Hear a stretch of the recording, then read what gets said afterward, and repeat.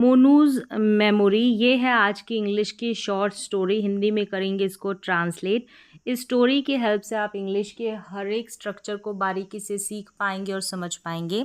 इसके साथ ही साथ कई सारे नए वर्ड मीनिंग भी यहाँ पर आप सीखेंगे, प्लस जो ग्रामर का पार्ट है बेसिक से लेकर एडवांस तक उसे भी कवर करेंगे। तो चलिए स्टार्ट करते हैं। मोनूज मेमोरी, यहाँ पर अपोस्ट्रोफे लगकर एस लगा है। हिंदी में इसका अर्थ जाएगा का, के, की, यानी मोनू की। मेमोरी का मतलब होता है याददाश्त या उसकी स्मृति। तो यहाँ पर मेमोरी जो है नाउन है, ठीक है। वन डे, एक दिन, मोनू फेल वेरी इल। फॉल इल का मतलब होता है बीमार पड़ जाना।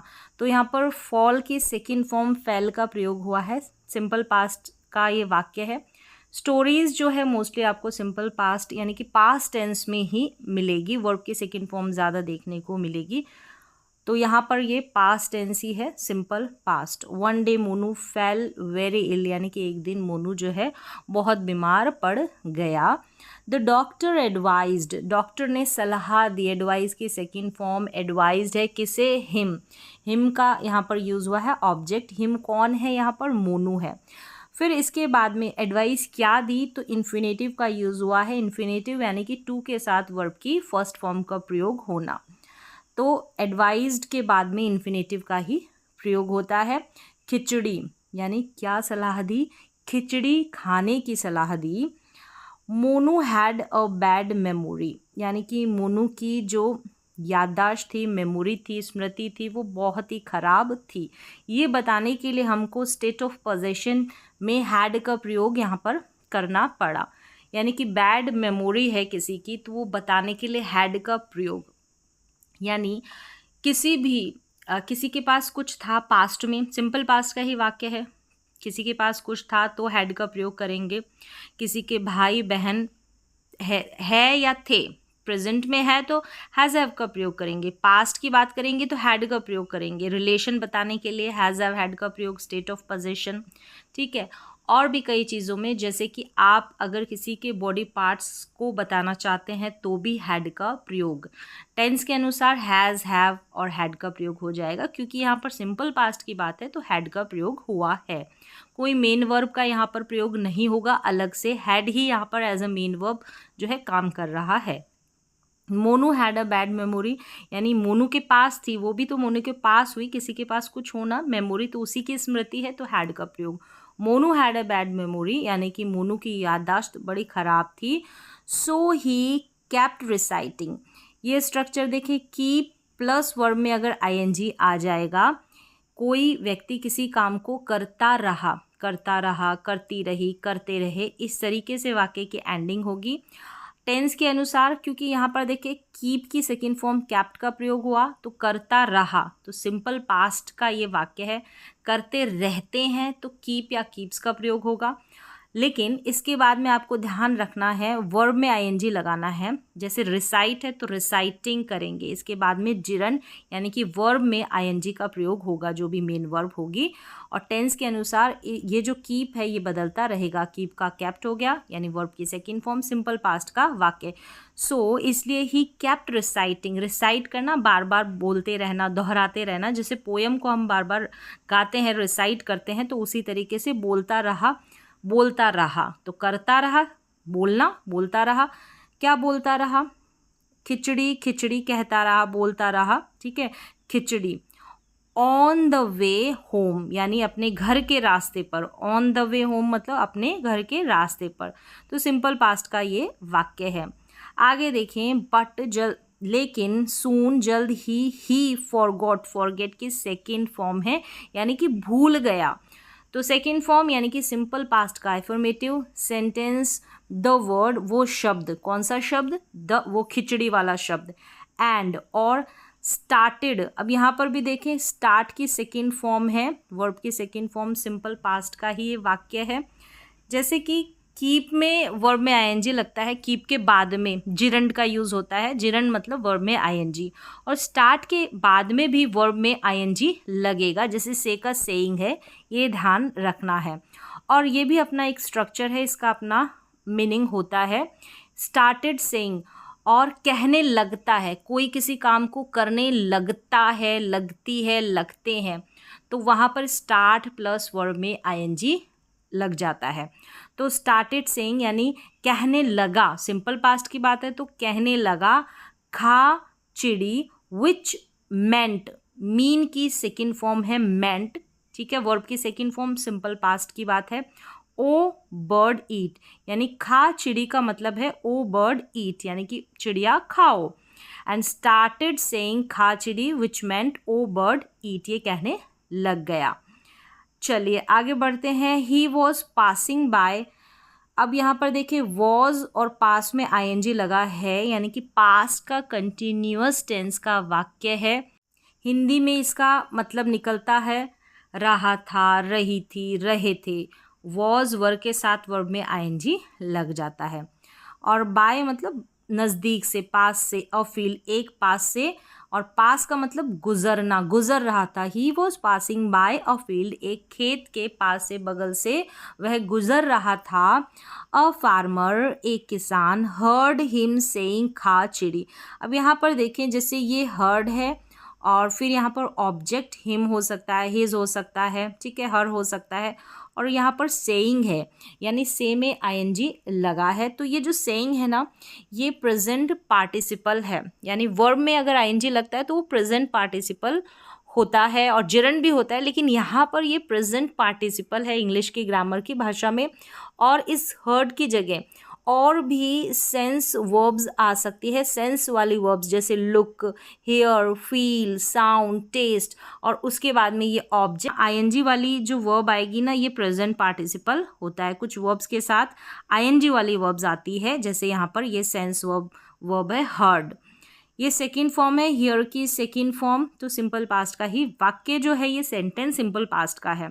खा चिड़ी यानी कि एक किसान ने सुना उसे कहते हुए, कोई काम को कहते हुए, करते हुए सुना, तो क्या खा चिड़ी। आगे देखें, ही कॉट मोनू, यहाँ पर देखिए कैच की सेकंड फॉर्म है ये कॉट, यानी मोनू को पकड़ा। कैच मतलब पकड़ना, पकड़ा उसने मोनू को। एंड बीट हिम, मारा। यहाँ पर बीट और ये जो कॉट है ये सेकंड फॉर्म है। बीट की फर्स्ट फॉर्म भी बीट होती है, सेकंड फॉर्म भी बीट होती है, और थर्ड फॉर्म बीटन होती है। हिम यानी उसे पकड़ा और मारा। यू वॉन्ट, और फिर वो कुछ कहता भी है, इन्वर्टेड कॉमा के अंदर है। यू वॉन्ट द बर्ड्स, तुम चाहते हो, ठीक है, वॉन्ट मतलब चाहना, चाहते हो है यहाँ पर, वांटेड भी हो सकता है, लेकिन ये प्रेजेंट इनडेफिनिट टेंस का वाक्य है। अगर पास्ट का वाक्य होता, सिंपल पास्ट का वाक्य होता तो वांटेड हो जाता। यू वांट यानी तुम चाहते हो द बर्ड्स, चिड़िया से, टू ईट माई ग्रेन्स, क्या चाहते हो कि टू ईट, खा जाना, माई ग्रेन्स यानी मेरे अनाज को चिड़िया जो खा जाए, ये तुम चाहते हो। डोंट से, कोई काम मत करो, ऐसा कहना हो इम्परेटिव सेंटेंस में, ठीक है, किसी को आदेश देना हो कि ऐसा मत करो, तो डोंट का प्रयोग होता है शुरुआत में और वर्ब की फर्स्ट फॉर्म का यूज होता है। डोंट से खा चिड़ी यानी मत कहो खा चिड़ी, से कहो उड़ चिड़ी, विच मीन्स यानी उड़ चिड़ी, विच मीन्स जिसका मतलब है, ये मीन्स है यहाँ पर, सिंपल प्रेजेंट टेंस का वाक्य है। मीन्स यहाँ पर वर्ब की फर्स्ट फॉर्म है। फ्लाई, फ्लाई ओ बर्ड फ्लाई मतलब चिड़िया उड़ो, ये इसका मतलब है। तो यहाँ पर देख सकते हैं वॉन्ट हो सकता है, वॉन्ट है, डोंट से है, मीन्स है, फिर यहाँ पर से है, ये वाला से। तो ये सिंपल प्रेजेंट टेंस के ही वाक्य है। इन्वर्टेड कॉमा के अंदर ये बात उस किसान ने कही, जैसी कही वैसी ही यहाँ पर इस स्टोरी में बताई गई है, ठीक है। चलिए, नाउ मोनू स्टार्टेड सेइंग, तो यहाँ पर भी स्टार्ट के साथ वर्ब में आईएनजी, क्योंकि पास्ट की बात है, सिंपल पास्ट का वाक्य, तो स्टार्टेड का यूज़ हुआ है। और जैसे मैंने बताया इसके बाद में जो वर्ब आएगी उसका आईएनजी रूप आएगा। तो मोनू कहने लगता है, कोई भी काम करने लगते हो तो मोनू कहने लगता है। स्टार्टेड सेइंग उड़ चिड़ी, ये वो कहने लगता है। कोई भी काम आप करने लगते हो, आप पढ़ने लगते हो, नाचने लगते हो, तो वहाँ पर स्टार्ट प्लस वर्ब में आईएनजी। ऑन हिज वे यानी उसके रास्ते पर, अ बर्ड कैचर, एक पक्षी, कैचर जो होता है पकड़ने वाला, पक्षियों को पकड़ने वाला, हैड प्लस वर्ब की थर्ड फॉर्म, हैड के साथ अगर वर्ब की थर्ड फॉर्म आती है, हैज़ हैव के साथ वर्ब की थर्ड फॉर्म आती है, तो परफेक्ट टेंस का वो वाक्य होता है। अब यहाँ पर हैड के साथ है तो ये पास्ट का परफेक्ट टेंस है। यानी एक बर्ड कैचर, स्प्रेड का मतलब फैलाना, तो उसने क्या किया, नेट को, द नेट को, अपने नेट को फैलाया, पक्षी पकड़ने वाले ने। क्यों फैलाया, इन्फिनेटिव, क्यों के सेंस में, टू कैच, पकड़ने के लिए, किसको, बर्ड्स को, यानी चिड़ियाओं को, पक्षियों को पकड़ने के लिए उसने अपना जाल फैलाया। ही स्लैप्ड मोनू, उसने स्लैप की सेकेंड फॉर्म है मारा, चांटा मारना, थप्पड़ मारना, किसको मारा, मोनू को। एंड सेड, और कहा, से की सेकेंड फॉर्म है कहा। अब क्या कहा, इन्वर्टेड कॉमा के अंदर है, ठीक है। डोंट से, उड़ चिड़ी, यहाँ पर भी मत करो, जब कहना हो कि ऐसा मत करो तो डोंट प्लस वर्ब की फर्स्ट फॉर्म, डोंट से उड़ चिड़ी, जो ऐसा मत बोलो कि उड़ चिड़ी, द बर्ड्स विल फ्लाई, जो चिड़ियाएँ हैं मतलब जो पक्षी है उड़ जाएंगे, will fly, will plus verb की फर्स्ट फॉर्म का यूज़, फ्यूचर इंडेफिनिट टेंस का वाक्य। से, कहो, क्या कहो, फर्स्ट चिड़ी, विच मीन्स, यानी ऐसा कहो, फर्स्ट चिड़ी, इस जिसका मतलब है, मीन्स यहाँ पर वर्ब की फर्स्ट फॉर्म का यूज़ हुआ है, सिंपल प्रेजेंट टेंस का वाक्य। बर्ड गेट ट्रैप्ड, गेट के बाद में जो है एडजेक्टिव का प्रयोग हुआ है। गेट मतलब स्टेट में परिवर्तन हो जाना, तब गेट का यूज़ किया जाता है। ये वर्ब की फर्स्ट फॉर्म है, यानी सिंपल प्रेजेंट टेंस का ही वाक्य है। और ये जो ट्रैप्ड है ये एडजेक्टिव है, यानी कि फंसने वाली अवस्था में आ जाना, फंस जाना। बर्ड्स गेट ट्रैप्ड, यानी जो चिड़िया पक्षी है वो फंस जाएंगे। नाउ ही रिसाइटेड, अब वह जो है बार बार बोलने लगा, रिसाइट से रिसाइटेड सेकेंड फॉर्म है। फर्स्ट चिड़ी, एज ही वॉक्ड, जैसे ही वह चला, सेकेंड फॉर्म है walked. Now a gang of robbers, मतलब एक समूह रॉबर्स का, लुटेरों का, कॉट हिम, पकड़ा उसे, बीट हिम, मारा उसे। तो यहाँ पर कॉट और बीट वर्ब की सेकेंड फॉर्म है, सिंपल पास्ट का वाक्य है। दे सैड, जो गैंग था रॉबर्स का, उन्होंने कहा, क्या कहा, सैड यहाँ पर वर्ब की सेकेंड फॉर्म है। यू वॉन्ट, तुम चाहते हो, अस यानी हमसे, टू गेट कॉट, तुम चाहते हो हमसे, अस से यानी तुम चाहते हो कि हम पकड़े जाएं, ठीक है, हम पकड़े जाएं। कॉट यहाँ पर एडजेक्टिव है गेट के साथ। दैट, गेट स्टेट में परिवर्तन हो जाना, अभी वो फ्री है और बाद में स्टेट में परिवर्तन हो जाएगा, मतलब पकड़े जाएंगे। दैट इज़ वाई, इसलिए। यू आर सेइंग, तुम कह रहे हो, ठीक है। आर और सेइंग, इज एम आर के साथ वर्ब में आईएनजी लग जाता है मेन वर्ब में, तो प्रेजेंट का कंटिन्यूस टेंस का वाक्य हो जाता है रहा है, रही है, रहे हैं। हिंदी में अर्थ यह निकल कर आता है। फर्स्ट चिड़ी, इसलिए तुम क्या कह रहे हो, फर्स्ट चिड़ी, रन अवे, भाग जाओ, फ्रॉम हेयर यानी से, और हेयर यानी यहाँ, यहाँ से भाग जाओ, रन अवे। अब ये भी इम्परेटिव सेंटेंस है, जब आप किसी को जो है आदेश देते हैं तो वहाँ पर वर्ब की फर्स्ट फॉर्म का ही प्रयोग किया जाता है और शुरुआत में कर दिया जाता है। सो द, आदेश, ऑर्डर देना। सो द पुअर मोनू, तो जो बेचारा मोनू, बेचारा पुअर लाचार कह सकते हैं, बेचारा गरीब भी कह सकते हैं, तो यहाँ पर वो बेचारा मोनू वॉज बीटन। अब यहाँ पर वॉज और ये जो बीटन है ये थर्ड फॉर्म है, ठीक है। वॉज वर्ब के साथ अगर वर्ब की थर्ड फॉर्म का प्रयोग होता है तो पास्ट इंडेफिनिट टेंस का पैसिव होता है।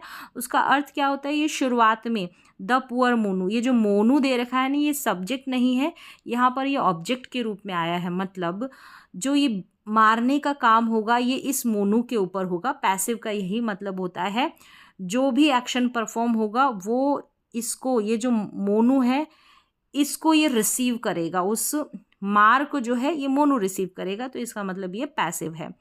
सो मैनी टाइम्स यानी कई बार जो है मोनू मारा गया था, पीटा गया था। बिकॉज ऑफ का मतलब के कारण या की वजह से, किस वजह से, हिज बैड मेमोरी, उसकी जो है खराब मेमोरी, खराब याददाश्त के कारण वो कई बार पीटा गया था।